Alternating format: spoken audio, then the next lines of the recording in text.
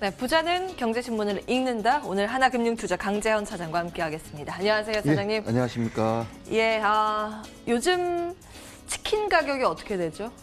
뭐 한 18,000원? 16,000원? 뭐 브랜드마다 조금씩 다른 것 같습니다. 예, 그 국제유가가 정말 이제 날개 없이 추락을 하면서 그리고 사우디와 러시아의 이 치킨 게임이 이어지면서 정말 이 치킨 한 개 살 가격으로 기름 드럼통 하나를 살 수 있게 되는 수준까지 내려와 있습니다. 간밤 뭐 국제유가가 대폭락을 했고요. 가까스로 배럴당 WTI 20달러 턱걸이 하면서 마감이 됐습니다. 그런데 머니투데이 기사 보니까 이게 조선과 해운업에 오히려 코로나 극복하는 데 버팀목이 될 수도 있다라는 내용이 실려 있는데요. 이건 무슨 말일까요? 일단 기본적으로 유가가 워낙 싸다 보니까 저렴한 유가를 좀 상당히 사재기를 할 수 있는 여건이 된 거죠. 그러다 보니까 유조선 탱크들이 많이 필요하게 된 거고, 이렇게 하다 보니까 운임치 역시도 지금 4배 이상 증가했다고 합니다. 유조선 운임 자체가 4배 이상 증가했다는 거는 분명한 호재일 수가 있는 것 같은데, 일단은 초대형 유조선을 갖고 있는 회사가 3군데가 있습니다. 현대상선하고 현대글로비스, 대한해운 등이 들 수가 있는데, 현대상선은 현재 적자가 상당히 3년간 지속됐던 기업이기 때문에 조심할 필요성이 있을 것 같고, 현대글로비스랑 대한해운은 실적이 양호한 편이다. 그리고 이제 이런 상황이다 그러면은 유조선에 대한 신규 수주에 대한 기대감도 있을 수 있기 때문에 현대중공업에 대한 기대감도 커지고 있다. 이게 기사 내용입니다. 근데 예. 단순하게 이 이유 때문에 뭐 조선주를 투자할 것인가에 대한 부분들은 고민해 볼 필요성은 있겠죠. 왜냐하면 오늘 장 초반에 주가가 강했을 때도 가장 빠르게 반등 나왔던 종목들은 5G와 전기차, 그다음에 반도체 관련주들이 강한 반등이 나왔었고, 반면에 조선주들은 주가 움직임이 좀 지지부진했었거든요. 그래서 이거는 이제 반등이 나온다 한다면 시장에 대한 반등 따라서 나온 반등이기 때문에 이게 어느 정도 실적으로서 크게 이어졌는지를 확인해 보려면은 역시나 1분기 실적 발표 이유가 되는 4월달 이후에 주가 움직임을 봐야 된다. 그리고 과거에도 이런 조선주 관련 종목들은요, 박스권을 이미 지금 깨지고 내려왔지만은 박스권 내에서 하락하면 매수하고 상승하면 팔고, 이 전략이 좀 잘 맞았던 종목이에요. 근데 그 이상 치고 올라가지 못한 종목이었기 때문에 다이나믹한 수익률을 내기에는 조금 어려운 부분이 있을 것 같다. 이렇게 말씀드리겠습니다. 네, 그리고 사실 해운업계 같은 경우에는 원유보다는 또 컨테이너 운송이 더 주력이기 때문에 컨테이너 물량에 대해서 어떻게 회복이 되는지 여부도 체크하시면서 대응 전략 세우셔야겠습니다. 일단 보수적인 관점 체크해 보도록 하고요. 다음 기사 보겠습니다. 지난주에 저희가 빚내서 투자하는 상황이 너무 깊어져서 우려가 된다라는 기사를 전해드린 적이 있는데요. 이제는 이마저도 힘든 모양입니다. 빚내서 더 이상 버티기가 어려운 걸까요? 신용잔고가 급감했다라는 소식이 전해지는데요. 신용거래 융자 잔고가 6개월 만에 최저치로 뚝 떨어졌고, 이건 주가 하락이 계속 길어지기 때문에 반등 기대감이 꺾인 거 아닌가라는 분석입니다. 이건 어떻게 보십니까? 일단은 많이 줄긴 줄었는데 완전히 다 사라진 건 아니잖아요. 그리고 근래 들어서 증권사에서 반대매매 유예 기간을 두기 시작했어요. 그러다 보니까 실제 반대매매 일단은 잔고 자체가 부족한 상황인데도 불구하고 반대매매를 하지 않고 일단은 하루 유예, 이틀 유예 이렇게 하는 상황이 벌어졌다 보니까 신용잔고가 그만큼 줄어드는 속도가 좀 줄어든 거죠. 근데 일단은 신용매매 자체는 수급적인 측면에서 봤을 때는 악영향을 끼칠 수밖에 없습니다. 이게 좀 털어져야 또 외국인들도 강하게 매수할 수 있을 만한 여건이 마련되는 거고, 그렇다고 해서 신용잔고가 많기 때문에 외국인들이 매수를 안 하는 것도 아닙니다. 그렇기 때문에 물론 신용잔고가 줄어들면은 증시에는 좋은 영향이 있겠지만은 이런 말씀을 드리겠습니다. 현재 시점에서는 신용 매매하시는 건 절대 아니라고 말씀드리고 싶어요. 지금 같은 시장에서는 신용 매매는 충분히 반대매매 수준까지 장을 밀고 내려갈 수가 있고, 지금 같은 변동성에서는 절대 버티지 못하기 때문에 차라리 굳이 이렇게 레버리지 매매를 하고 싶다 그러면 대출을 받아가지고 현금 투자를 하시면 될 것 같습니다. 예, 그렇죠? 아니면 갖고 있는 종목에서 대출을 받아서 현금 투자하시는 전략. 그러면 현금 투자요? 그렇죠. 그럼 뭐하러 대출해요? 아니죠. 현재 현금이 없는 상태이기 때문에 대출을 받아서 현금으로 주식을 투자하는 겁니다. 대출 받은 예. 현금으로. 예. 그러면 반대매매에 대한 리스크가 그만큼 상쇄가 되는 거죠. 이런 전략이 낫다는 거지, 이 상태에서 또 레버리지, 신용 레버리지 일으킨다. 이거는 너무 리스크하고 위험하다. 이렇게 말씀드리겠습니다. 예, 증권사에서 빚내서 하는 신용 투자보다는 하려면 이제 현금 투자를 하라라는 말씀이 있는데 그마저도 이제 중립적인 의견이신 것 같아요. 내용 좀 보수적으로 챙겨보도록 하고요. 다음 기사 보겠습니다.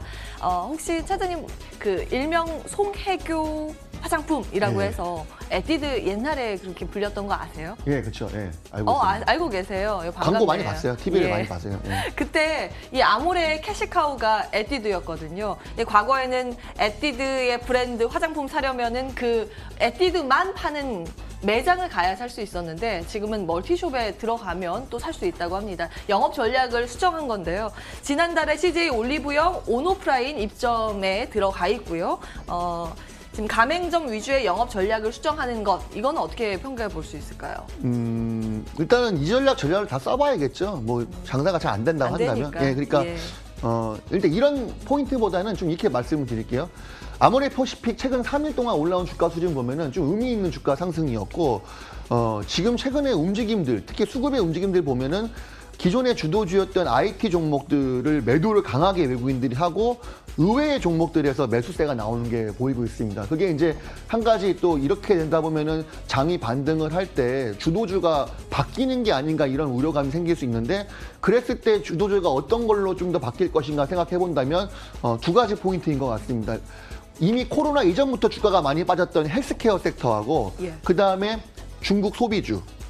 그렇기 때문에 지금 화장품 관련 종목들에 대한 기대감이 오히려 코로나 이슈 때보다는 크게 영향받은 게 없었던 것 같아요. 예를 들어서 IT 관련 종목들은 중국과 베트남 공장이 워낙 많다 보니까 해외 공장 이슈에 따라서 공장 가동률이 영향이 생길 수가 있지만 화장품 같은 경우에는 한국 콜마라든지 국내에서 생산 기업들이 많다 보니까 이게 큰 영향력이 없었기 때문에 오히려 코로나 이슈 때도 화장품 소비는 그대로 이루어졌고요. 그런 부분들 놓고 봤을 때 이런 화장품 업종들은 의외로 이 코로나 이슈 이후에 주도주로 바뀔 가능성이 있어 보이는 점들. 그래서 제가 그래도 생각했을 때는 이런 종목들을 지금 시점에서 신규로 담는 전략은 별로 좋은 전략은 아닌 것 같고 예. 바닥에서 입을 벌리고 앉아 있어서 내려올 때 살 수 있게끔 좀 기다리자 이렇게 말씀드리면은 역시나 중국 소비주인 화장품 관련주들도 주가 움직임에서 긍정적인 측면이 있을 수 있겠다 이렇게 말씀드리겠습니다. 예, 관심권에 둘 필요는 있겠지만 지금은 매수 시점은 아니다라는 말씀이었습니다. 화장품주 정리를 해보도록 하고요. 다음 기사는 시장에서 오늘 뜨겁게 반응하고 있는 진단키트 관련주 중에 하나 들여다보겠습니다. 코로나19 진단키트에 대해서 전 세계 보급을 개시할 예정으로 돼 있는 엑세스바이오의 자회사입니다. 웰스바이오 소식인데요. 식약처에서 진단키트 수출용을 허가받았습니다. 그래서 앞으로 이제 수출이 될 것이다라는 기대감으로 오늘 주가가 강한 모습인데요. 어떻게 보세요? 요즘 이런 테마주만 시장에서 들썩이는 것 같기도 하고요. 일단은 회사가 뭔가 정확하게 구체적으로 내용이 딱 확정되지 않은 상태에서 너무 기사 플레이에 집중하는 회사들은 조심할 필요성이 있어 보입니다. 예. 수출 허가가 났다는 얘기 어느 정도 수준의 수출 허가인지는 잘 모르겠습니다만 일단은 본 종목도 초반에 장세에서 강했다가 지금 윗꼬리를 엄청 많이 달고 내려오고 있는 상황이기 그러네요. 때문에 이런 예. 기사만 믿고 장 초반에 매수했다고 한다면 크게 다칠 수 있는 군형인 거죠. 그래서 본 종목은요, 물론 기대감이 살아있습니다. 그렇기 때문에 11선이나 21선 조정까지 나온다면 그때 단기적인 매매 관점에서 대응해볼 수 있지만은 오를 때 따라잡는 전략은 전혀 좋은 방법이 아니다. 혹시 다른 진단키트주는 어떻게 보세요? CGN 같은 경우에 지금 판매하고 있는 기업인데요.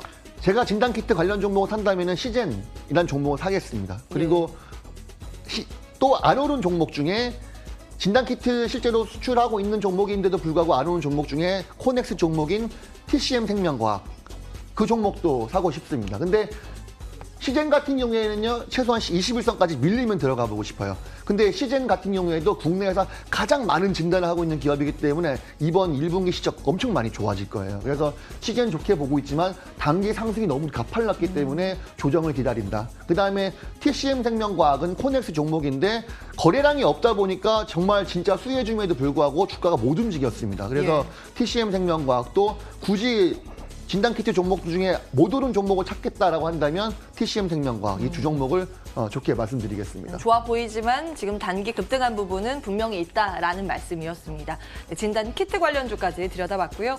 이 시각 수급 특징주 어떤 게 있을지 이어서 확인을 해보실까요? 오늘 유가증권 시장에서 외국인들은 팝니다. 뭐 파나 봤더니 삼성전자, SK 하이닉스 여전히 지수는 하락할 것이다 라고 생각하는 모양이죠. 그런데 코스닥 시장 쪽에서는 순매수로도 전환이 돼서 뭐 사고 있나 봤더니 네페스, KMW, 에코프로 BM, 5G, 전기차 등의 종목도 눈에 띕니다. 좀 정리해 주시겠습니까? 일단은 이 그림을 보게 되면요. 좀 특징적인 게 있죠. 우리 그 상반기 때 주도주였던 반도체 종목들을 집중적으로 팔고 있다는 거. 예. 그다음에 2차 전지도 주도주였는데 팔고 있다는 게 특징이죠.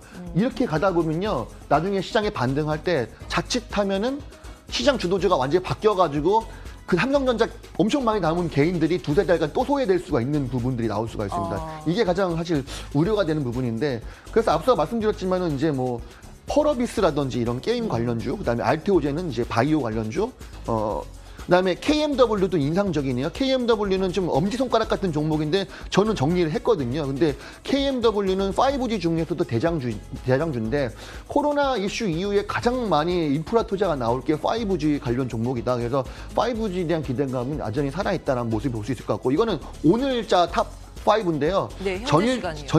전전일자 탑 5를 보게 되면은 항상 1등이 셀트리온 헬스케어였습니다.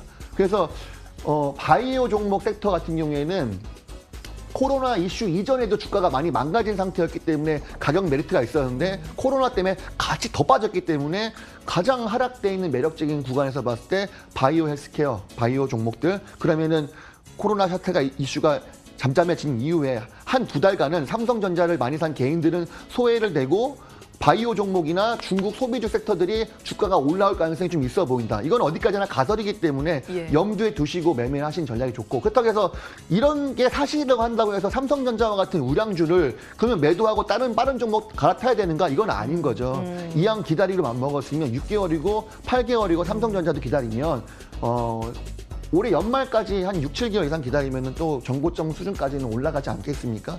그런 부분들 좀 지금 같은 시장에서는요, 좀 경고망동하듯이 막 부안해동 왔다 갔다 하는 매매 전략보다는 한 곳에서 묵묵하게 기다리는 전략들, 그런 우량한 종목들을 잡고 기다리는 전략들이 중요할 것 같습니다. 한 가지 더 첨언을 드리자면 지금 시점에서 삼성전자란 종목 많이 빠졌으니까 바로 담을 것인가, 그보다는 아까 말씀드렸지만 더 밑에서 입을 벌리고 감을 따기 위해 기다리는 사람처럼 기다리면서 단계별로 하락시마다 매수할 수 있을 만한 예약 주문을 걸어놓자, 이렇게 저는 말씀드리고 싶고요. 그렇게 하다 보면 삼성전자도 평균 단가가 그만큼 줄어들고 시장이 반등했을 때 한 중간 정도만 반등해도 바로 수익 전환될 수 있을 만한 기회를 마련할 수 있을 겁니다. 예. 사실은 요즘 같은 변동성 장세에 정말 샀다 팔았다 하면 수수료만 괜히 나가는 상황도 발생할 수도 있고요. 위험 부담이 좀 있는 상황입니다. 차분한 전략이 필요하다. 그러나 중요한 코멘트 주셨습니다. 시장이 나중에 반등이 할 때 과연 주도하는 업종이 지금 우리가 기대하는 그 업종인가에 대한 고민은 좀 필요해 보이는 것 같습니다. 내용 정리해 보도록 하고요. 하나금융투자 강재헌 차장과 함께했습니다. 말씀 고맙습니다.